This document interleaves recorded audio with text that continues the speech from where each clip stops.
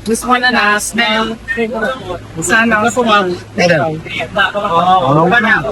Nagpasya po ang panel of prosecutors na pupunta po kami sa Senado ngayon. Pero bakit hindi muna kami didiretso ng Senado? We will be there on standby near the Senate or within the vicinity of the Senate para hintayin namin na magiging advice kung kami ba ay kakailanganin na doon sa Senado o kung pwede na kaming magkakita doon sa Senado kasi hindi namin alam talaga kung kami ba ay kakailanganin na ngayon. So by the moment mag-convene na formally yung Senado o sa impeachment court ay yung tanong namin is that kailangan ba namin maglapita na kakailanganin na pa kami doon. So para sigurado, just for any eventuality, any development, we will of course monitor any development in the Senate.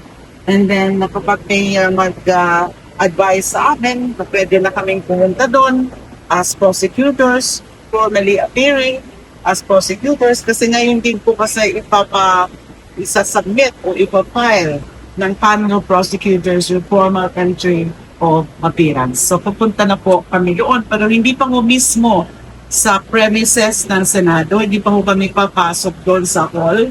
3 o'clock po ata yung session mag-start sa Senado. But do somewhere near na lang po kami mag-istamba. Thank you. Thank you, ma'am.